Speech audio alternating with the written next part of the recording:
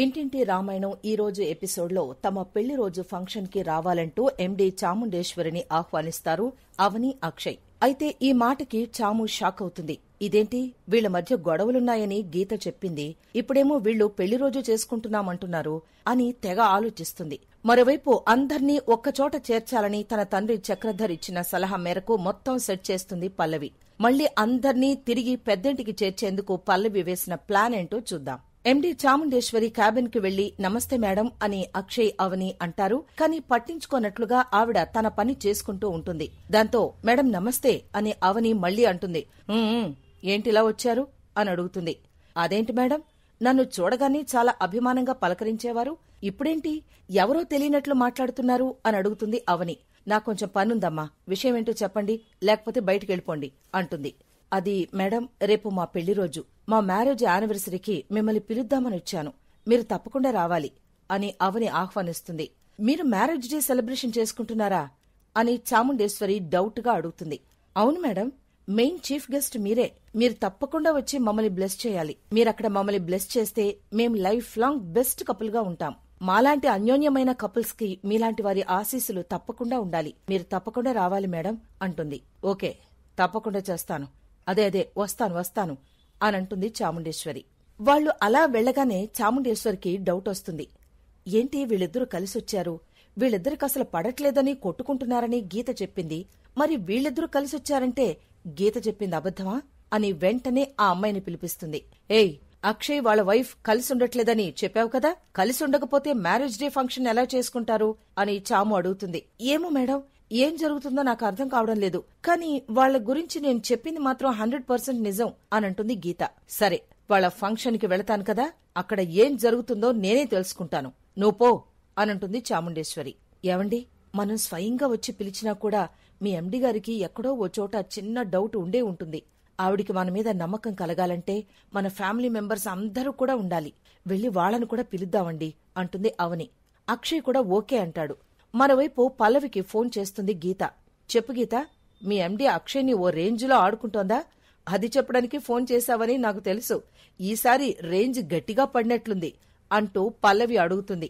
అదేం లేదు మేడం, మీరు ఎక్స్పెక్ట్ చేసిన దానికి రివర్స్ లో జరిగింది అంటూ అక్షయ్, అవని ఆఫీస్కొచ్చిన విషయం చెప్తుంది గీత. చావు కబురు చెప్పడానికి ఫోన్ చేశావన్నమాట అని కాల్ కట్ చేస్తుంది పల్లవి. వీళ్ళిద్దరూ కలిసినట్లు ఎండీ ముందు బిల్డప్ ఇవ్వడం కోసం ఫంక్షన్ చేసుకుంటున్నారన్నమాట. అదే ఫంక్షన్ లో వాళ్ళిద్దరూ కలిసి లేరని ఆ ఎండీ గారికి తెలిసేలా చెయ్యాలి అని పల్లవి అనుకుంటుంది. ఇక రాజేంద్ర పార్వతిని తీసుకుని అక్షయ్, అవని, శ్రీకర్, కమల్ దగ్గరికి వస్తారు. రండి నానా, రండి కూర్చోండి అని కమల్, శ్రీకర్ పలకరిస్తారు. బావున్నారా మావయ్య, అత్తయ్య మీ ఆరోగ్యం ఎలా ఉంది అని అంటుంది పల్లవి. బాగానే ఉందమ్మా అని పార్వతి అంటే, అవని వదిన దగ్గరుంటే అన్నీ బావుంటాయి, ఎందుకు బావుండవు అనంటాడు కమల్. ఇంతలో అమ్మా నాన్న ఎలా ఉన్నారు అంటూ ప్రణతి వస్తుంది. మా మాట పక్కన పెట్టు, నువ్వు భరత్ ఎలా ఉన్నారు అని అడుగుతాడు రాజేంద్ర. బావున్నా మావయ్య, మాకెలాంటి ప్రాబ్లం లేకుండా పల్లవి అక్క చూసుకుంటోంది, మా ఇద్దరి గురించి చాలా మంచిగా ఆలోచిస్తోంది అనంటాడు భరత్. ఇంటికి పెద్దవాళ్లైన మీరు ఇక్కడ లేరు కాబట్టి ప్రణతి, భరత్ల మంచి చెడులు ఆలోచించాల్సింది మేమే కదా, వాళ్ళిద్దరి గురించి మీరేం టెన్షన్ పడక్కర్లేదు అంటుంది పల్లవి. అవునన్నా, పల్లవి చెల్లయ్య గురించి, భరత్ గురించి చాలా కేర్ తీసుకుంటుంది అని కమల్ కూడా అంటాడు. అన్నయ్య, నువ్వు వదినతో కలిసి రావడం చాలా హ్యాపీగా ఉంది అని శ్రీకర్ అంటాడు. మేం వచ్చిన కారణం ఏంటంటే రేపు అక్షయ్, అవనిల పెళ్లి రోజు, మేము వాళ్ల పెళ్లి రోజు సెలబ్రేట్ చేస్తున్నాం కాబట్టి మిమ్మల్ని అందర్నీ పిలవడానికి వచ్చాం అనంటాడు రాజేంద్ర. యా, గుడ్ న్యూస్ అంటే ఇది నాన్న, అన్నయ్య వదినతో కలిసి మ్యారేజ్ డే ఫంక్షన్ జరుపుకోబోతున్నాడంటే ఇంతకంటే గుడ్ న్యూస్ ఏమీ ఉండదు. థ్యాంక్యూ అన్నయ్య, థ్యాంక్యూ అని కమల్ అంటాడు. నువ్వు వదిన పెళ్లి రోజు జరుపుకోవడం చాలా సంతోషంగా ఉందన్నయ్య, నువ్వు వదిన కలిసి మమ్మల్ని పిలవడానికి రావడం ఇంకా సంతోషంగా ఉంది, నువ్వు మాట్లాడితే ఇంకా సంతోషంగా ఉంటుందన్నయ్య అంటుంది ప్రణతి. రేపు ఫంక్షన్ కి మా ఎండీ గారు కూడా వస్తున్నారు, మీరందరూ కూడా తప్పకుండా రండి అనంటాడు అక్షయ్. ఇలాంటి గుడ్ న్యూస్ వినడం కోసం ఎప్పటినుంచో ఎదురు చూస్తున్నాం, మీరు పిలవకపోయినా మేమొస్తాం బావగారు అనంటాడు భరత్. నేను అత్తయ్యతో గొడవ పడ్డాను కాబట్టి నేనేమీ మాట్లాడకపోతే అందరికీ నా మీద అనుమానం వస్తుంది అని శ్రేయ అనుకుంటుంది. అత్తయ్య ఏం తాగుతారు, టీ, కాఫీ అని శ్రేయ అడిగితే, ఏం వద్దమ్మా, ఫంక్షన్ రేపే కాబట్టి చేయాల్సిన పనులు చాలా ఉన్నాయి, మేం బయలుదేరతాం అనంటుంది పార్వతి. మీరేం టెన్షన్ పడకండమ్మా, చేయాల్సిన పనులేమైనా ఉంటే చెప్పండి, నేనొస్తాను అని కమల్ అంటాడు. నేను కూడా వస్తాను అని శ్రీకర్ కూడా అంటాడు. ఏం అవసరం లేదురా, మీ వదిన అన్ని ఏర్పాట్లు తనే చేస్తుంది, అనంటుంది పార్వతి.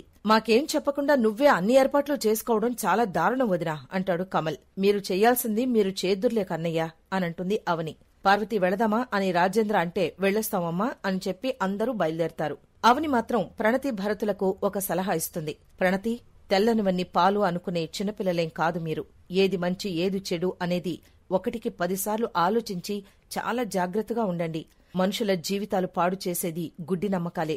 ఆ నమ్మకాలు నమ్మే ముందు తెలివిగా ఆలోచించడం నేర్చుకోండి అనంటుంది.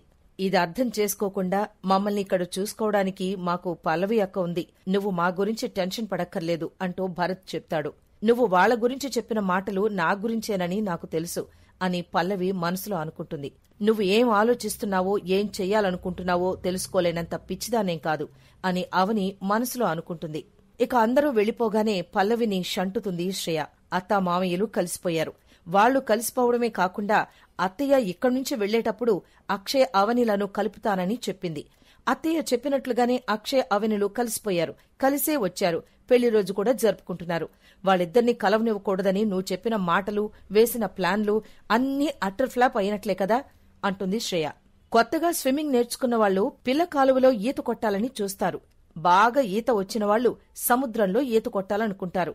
నేను రెండో టైప్. వాళ్ళిద్దరూ కలిసిపోయి పెళ్లి రోజు చేసుకుంటారు అంటున్నావు కదా, వాళ్లు చేసుకునే పెళ్లి రోజుని మళ్లీ వాళ్లు విడిపోవడానికి కారణమయ్యేలా చేస్తాను అని శపథం చేస్తుంది పల్లవి. మరోవైపు అవని ఏదో రాస్తూ కనిపిస్తుంది. ఏం రాస్తున్నావమ్మా అని రాజేంద్ర అడుగుతాడు. రేపు ఫంక్షన్ కి ఏమేం కావాలో రాస్తున్నాను మామీగారు అంటుంది. రే అక్షయ్, నువ్వు చేయాల్సిన పనులన్నీ అవని చేస్తుందిరా అనంటాడు రాజేంద్ర. ఫంక్షన్ కి అందర్నీ రమ్మని పిలిస్తే అయిపోతుందా అని అవని చురకలు వేస్తుంది. ఏమైనా అంటే నాకన్నీ తెలుసు, మీరేం చెప్పక్కర్లేదు అంటావు కదరా. అన్నీ తెలిసినప్పుడు ఫంక్షన్ కి ఏం చేయాలో తెలీదా అనంటుంది పార్వతి. నేను కావలసిన సామాన్లు రాశాను, మీకు కూడా ఏం కావాలో చెప్తే రాస్తాను, కూర్చోండి అని అవని అంటే పక్కనే కూర్చుని లిస్టు చెప్తాడు అక్షయ్.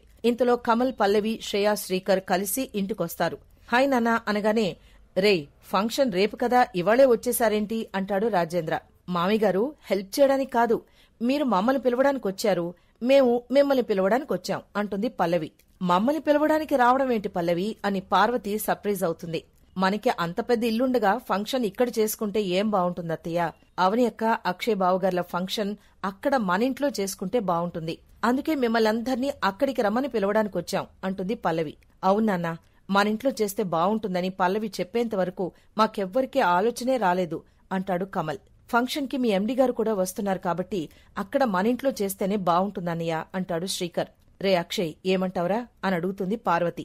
వద్దమ్మా, ఇక్కడే చేసుకుందాం అంటాడు అక్షయ్. అలా అంటారేంటి బావుగారు, ఎన్నో రోజుల తర్వాత మీ ఇద్దరూ పెళ్లి రోజు చేసుకుంటున్నందుకు మేమంతా చాలా హ్యాపీగా ఉన్నాం. మనకి అంత పెద్ద సొంతిల్లుండగా వేరే ఎవరింట్లోనూ ఫంక్షన్ చేసుకుంటే ఏం బావుంటుంది బావుగారు. అత్తయ్య మీరైనా చెప్పండి. బావుగారు మీకు పెద్ద కొడుకు, అవని అక్క మనింటి పెద్ద కోడలు. పూజలు వ్రతాలు అన్నీ మనింట్లో చేసుకుంటూ వాళ్ల మ్యారేజ్ డే ఫంక్షన్ మాత్రం మనది కాని వాళ్ళింట్లో చేసుకుంటే ఏం బావుంటుంది చెప్పండి అనంటుంది పల్లవి. అక్షయ్, పల్లవి చెప్పింది కూడా నిజమే కదా, అక్కడ చేసుకుంటూనే బావుంటుందిరా అనంటుంది పార్వతి. మనకి మధ్యాహ్నం ఎన్ని గొడవలైనా ఉండొచ్చు, అవన్నీ గుర్తు పెట్టుకుంటే ఎలా బావుగారు అని శ్రేయ కూడా ఓ మాట ఇస్తుంది. అన్నయ్య, ఎండీ గారు వ్రతానికి అక్కడికొచ్చారు. ఇప్పుడు మీ ఫంక్షన్ కూడా అక్కడికొస్తేనే బావుంటుంది అనంటాడు శ్రీకర్. అవునమ్మా, వ్రతానికి అక్కడికొచ్చి ఫంక్షన్ కి ఇక్కడికొస్తే మేడం గారికి కూడా ఇదేంటి అనే ఫీలింగ్ ఉంటుంది కదా అని కమల్ అంటాడు. అక్షయ్, వీళ్లు చెబుతున్నది కరెక్టేరా, ఏమంటావ్ అని రాజేంద్ర కూడా అడిగేసరికి సరే అని అక్షయ్ తలాడిస్తాడు. థ్యాంక్స్ బావుగారు, మీరు ఒప్పుకుంటారన్న నమ్మకంతోనే ఫంక్షన్ కి కావాల్సిన ఏర్పాట్లన్నీ మేము మొదలు పెట్టేశాం. ఇంకొక విషయం కూడా చెప్పాలి బావుగారు, మీరిక ఈ ఇంట్లో ఉండొద్దు. మీరందరూ వచ్చి మాతో పాటు మనింట్లోనే ఉండండి. మీరిక్కడ మేమక్కడ ఏం బాలేదు. మీరు మనింట్లో ఉండడానికి ఒప్పుకోకపోతే మేమే ఇక్కడ ఉండిపోవడానికి లగేజ్ కూడా తెచ్చుకున్నాం అంటుంది పల్లవి. అందరం కలిసుందామని కోరుకుంటున్నాం కాబట్టి ఆ ఇంట్లో కాకపోయినా ఈ ఇంట్లోనైనా కలిసుందామని లగేజ్ తీసుకొని వచ్చేశాం అంటుంది శ్రేయ.